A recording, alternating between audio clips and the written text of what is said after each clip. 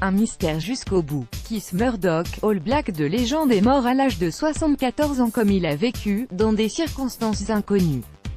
Si la fédération néo-zélandaise a annoncé hier son décès après avoir été informé par le président de l'Otago-Zingari Richmond Rugby Club qui fut lui-même alerté par la famille de Murdoch, elle n'a pu que lui rendre hommage et non pas raconter la fin de l'histoire.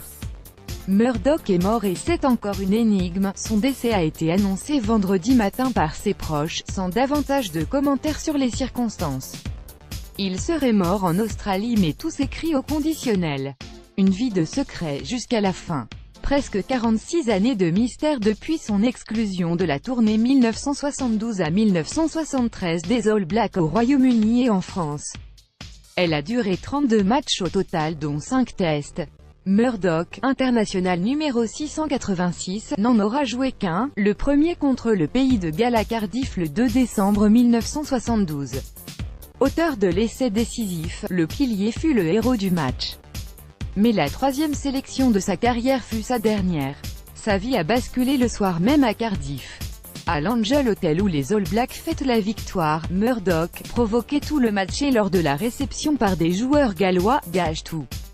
Deux versions pour une histoire, il voulait encore des bières ou il voulait manger. Une même conclusion, face au refus de le servir puisque la cuisine était fermée, Murdoch a forcé le passage et déclenché une bagarre avec un officier chargé de la sécurité des All Blacks.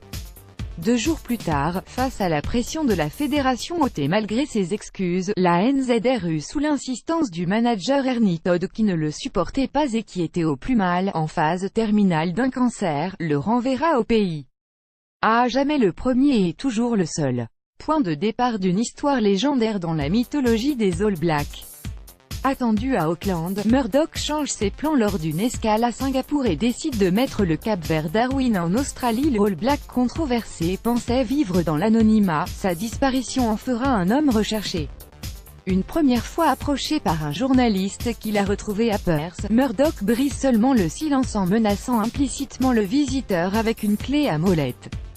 Contrairement à cette idée selon laquelle il ne serait jamais retourné dans son pays natal, il finira par rentrer en Nouvelle-Zélande au milieu des années 1970, travaillant à Rotorua.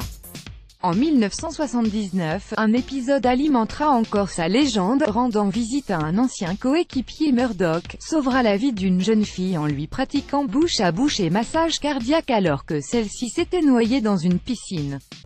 Face une nouvelle fois à l'attention des médias, Murdoch, grand timide dans une carrure de géant, homme bru à l'élocution difficile repart en Australie. L'incroyable histoire de Keith Murdoch a retrouvé une nouvelle fois en 1990 par une journaliste qui fera de cette quête un documentaire. Il refuse toujours de s'expliquer longuement. Les invitations de ses coéquipiers de la tournée 1972 à 1973 qui regrettent de l'avoir laissé seul, restent sans réponse comme celle de la fédération néo-zélandaise. Murdoch réapparaît une seule fois publiquement en 2001 lorsqu'il est entendu comme témoin dans l'enquête autour de la mort mystérieuse d'un jeune aborigène qui avait tenté, quelques jours auparavant, de le cambrioler. La moustache à la Zapata a laissé place à une barbe blanche mais l'homme n'a pas changé, physique imposant et verbe toujours aussi rare. « Je n'ai rien fait », dit-il avant de s'esquiver encore. Cette fois, il ne sera pas condamné. 17 ans plus tard, le Lost All Black s'est définitivement retiré. Restera sa tragique légende, et cette tradition à chaque fois que les All Blacks sont de passage à Cardiff, un passage de l'équipe à l'Angel Hotel pour une bière en sa mémoire.